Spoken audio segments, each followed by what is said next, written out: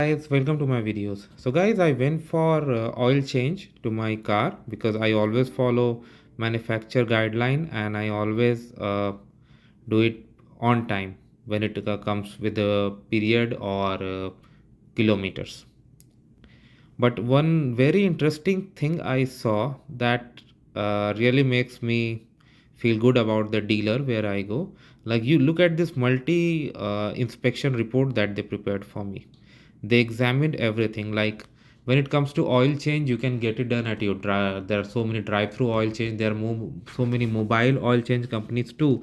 Those who come to your home and they do it right in your driveway, and I have used that service before. But getting a report like this is really amazing. Like they have checked everything, and also this is like a checklist that you can use if you ever want to get your car serviced.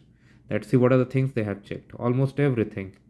Tires, they have checked depth, damage, front brake, rear brakes, axle inspection for leaks, battery capacity test, brake fluid, cooling system hoses, drive belts, coolants, drive shaft, everything, fluid leaks, headlights, turn signal, like everything is vital when you drive your car. Because if a single thing goes malfunctioned, you may have some catastrophic results. So it's very important that we always have things under control and regular inspected and take action on time.